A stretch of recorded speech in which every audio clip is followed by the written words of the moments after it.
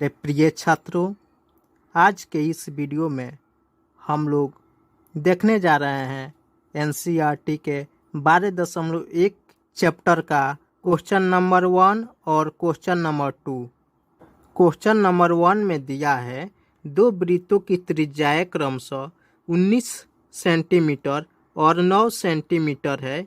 उस वृत्त की त्रिज्या ज्ञात कीजिए जिसकी परिधि इन दोनों वृत्तों की परिधियों के योग के बराबर है।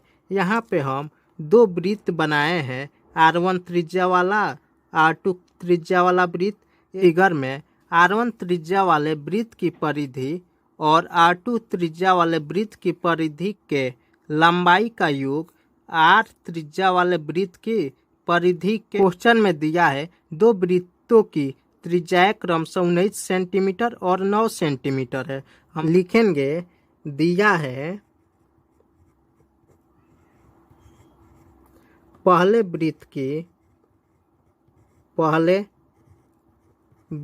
की त्रिज्या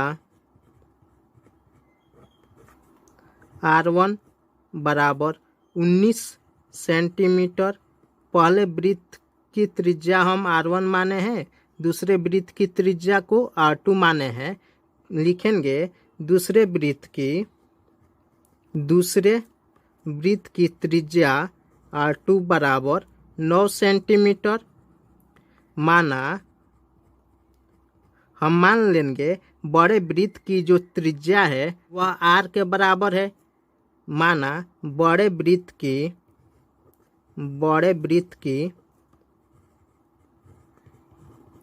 त्रिज्या बराबर R। लिखेंगे प्रश्न में दिया है उस वृत्त की त्रिज्या ज्ञात कीजिए जिसकी परिधि इन दोनों वृत्तों की परिधियों के योग के बराबर है। उस वृत्त की त्रिज्या यानी R की वास्तविक वैल्यू हमको बताना है कि R का वैल्यू कितना होगा जिसकी परिधि इन दोनों छोटे वृत्तों की परिधियों के योग के बराबर है। R1 त्रिज्या वाले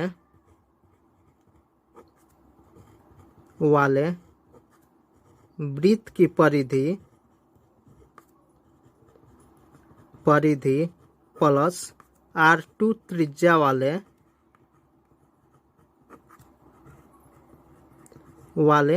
वृत्त की परिधि बराबर R त्रिज्या वाले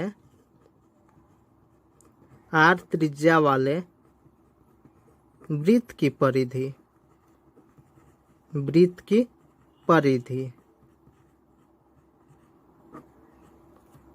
R1 त्रिज्या वाले वृत्त की परिधि हो जाएगा 2 पाई, R के जगह पे R1 है, प्लस R2 त्रिज्या वाले वृत्त की परिधि लिखेंगे 2 पाई R2, क्योंकि R के वैल्यू R2 है, बराबर R त्रिज्या वाले वृत्त की परिधि को लिखेंगे 2 पाई R। यहाँ पे R1 का वैल्यू दिया है 19 सेंटीमीटर, R2 का वैल्यू 9 सेंटीमीटर। R1 R2 त्रिज्या वाले परिधि में 2 पाई कॉमन है, दोनों में से 2 पाई बाहर करेंगे 2 पाई, तो बचेगा R1 प्लस R2 बराबर 2 पाई R करेंगे 2 पाई R। 2 पाई से 2 पाई कैंसिल होगा। R1 R2 का वैल्यू दिया है, R1 का वैल्यू है 19 सेंटीमीटर प्लस R2 का वैल्यू है 9 सेंटीमीटर बराबर 12 R हो जाएगा 28 सेंटीमीटर बराबर R। यहाँ पे अब बड़े वृत्त की त्रिज्या जो R माने हैं इसका वैल्यू 28 सेंटीमीटर आ गया, तो यही आंसर होगा। 2 नंबर क्वेश्चन है दो वृत्तों की त्रिज्याएं क्रमशः 8 सेंटीमीटर और 6 सेंटीमीटर है। उस वृत्त की त्रिज्या ज्ञात कीजिए जिसका क्षेत्रफल इन दोनों वृत्तों के क्षेत्रफलों के योग के बराबर है।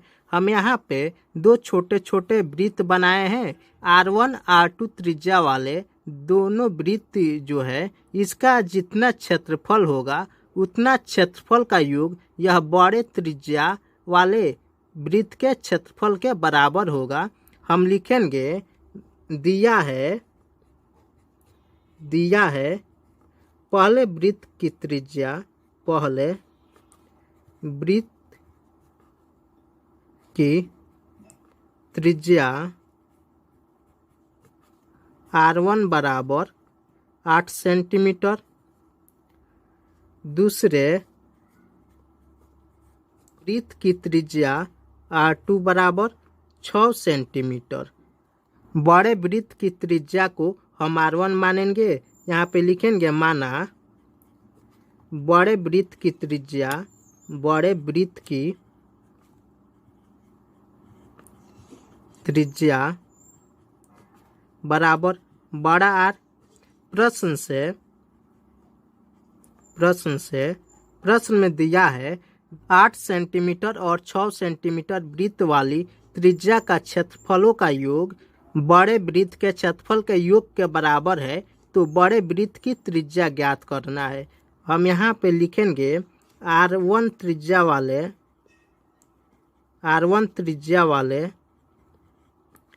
वृत्त का क्षेत्रफल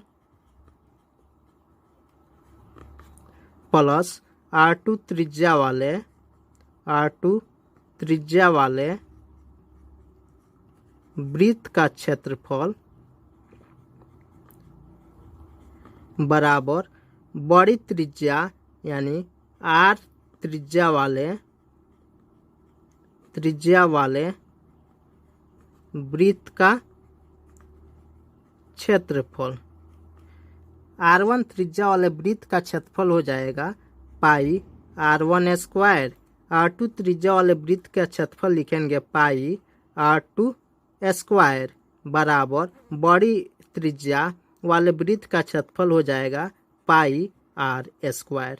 R1 R2 त्रिज्या वाले वृत्त के क्षेत्रफल में पाई कॉमन है, तो पाई बाहर निकलेगा।